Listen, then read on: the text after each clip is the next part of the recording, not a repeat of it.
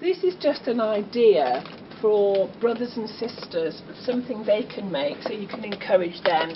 So this giraffe is simply made out of, this is a milk carton, these are cones, this is white tacky back that you get, and it's a cut down cone for the head.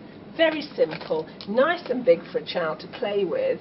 And quite honestly, if they throw it, stamp on it, run their wheelchair over it, it doesn't matter because it costs pence to make. You don't need to get something very, very expensive. This has been made by Tony Trigg, and it's absolutely brilliant. It's a wobble board, and the idea of this is, it's actually very therapeutic for everybody, but if a child has minimal movement and they touch it in any way at all, they get a fantastic effect of these going across each other. So it's very tactile interesting, it's very visual, and it's very beautifully made. And what we do is we provide parents with a handout which tells them exactly what you need and exactly how to make it and how to make it safe, because obviously anything we make, we want to make absolutely sure that it's going to be safe for the children.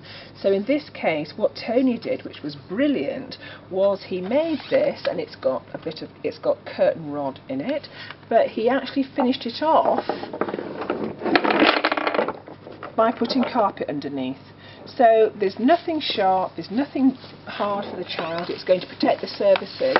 And interestingly, one parent yesterday who said they've got a child who climbs out of windows said they were going to get these put along the windowsills, so the child would, when they went for the window, would have something which would visually and tactilely interest them and hopefully stop them going for the window. And I thought that was a brilliant idea.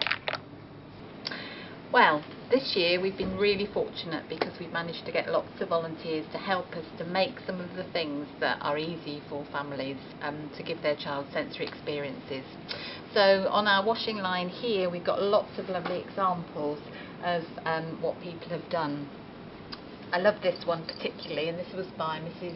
Green and her daughter Debbie. It's a tactile waistcoat that a carer can use with a child with sensory difficulties, or if it's an older child, the child itself can wear the waistcoat, and it will provide some stimulation for them.